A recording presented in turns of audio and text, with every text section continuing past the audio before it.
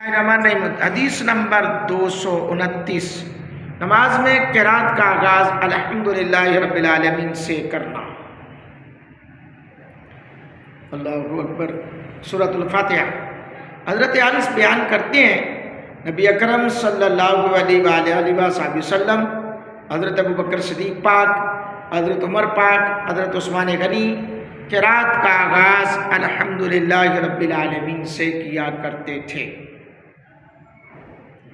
اللہ اکبر۔ امام شافعی فرماتے ہیں نبی اکرم صلی اللہ علیہ وسلم، حضرت ابوبکر صدیق، حضرت عمر فاروق، حضرت عثمان غنی قرات کا آغاز الحمدللہ سے کیا کرتے تھے۔ اس کا مطلب یہ ہے کہ یہ لوگ کسی سورت کو پڑھنے سے پہلے سورت فاتحہ پڑھا کرتے تھے۔ اس کا مطلب یہ نہیں ہے کہ یہ لوگ بلند آواز میں بسم اللہ الرحمن الرحیم نہیں پڑھتے تھے۔ اللہ اکبر۔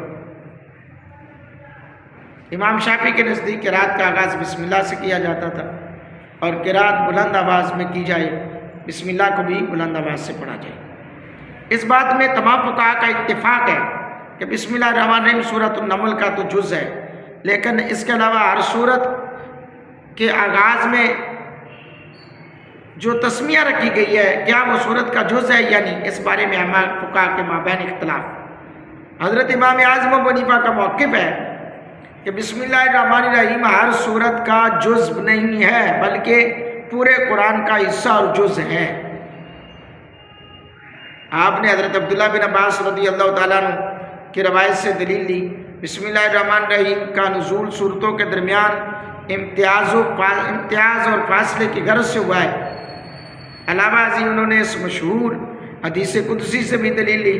حضور علیہ السلام نے فرمایا، اللہ تعالیٰ فرماتا ہے نماز میرے اور میرے بندوں کے درمیان تقسیم کی گئی، جب بندہ کہتا ہے الحمدللہ رب العالمین تو اللہ تعالیٰ فرماتا ہے میرے بندے نے میری حمد کی ہے، اور اگر بسم اللہ الرحمن الرحیم ہر سورت کا حصہ ہوتی تو اس حدیث کا آغاز الحمدللہ کی بجائے بسم اللہ سے کیا جاتا۔ سبحان اللہ، کتنی بڑی دلیل ہے۔ حدیث قدسی ہے کہ جب بندہ میرا کہتا ہے الحمدللہ رب العالمین تو رب کہتا ہے کہ میرے بندے نے میری حمد بیان کی ہے، میری تعریف بیان کی ہے۔ اللہ تعالیٰ ہم سب کو نبی رحمت صلی اللہ علیہ وآلہ وسلم کہ دین متین کی سمجھ عطا فرمائے اور دین حنیف پر عمل پیرا ہونے کی سعادت عطا فرمائے۔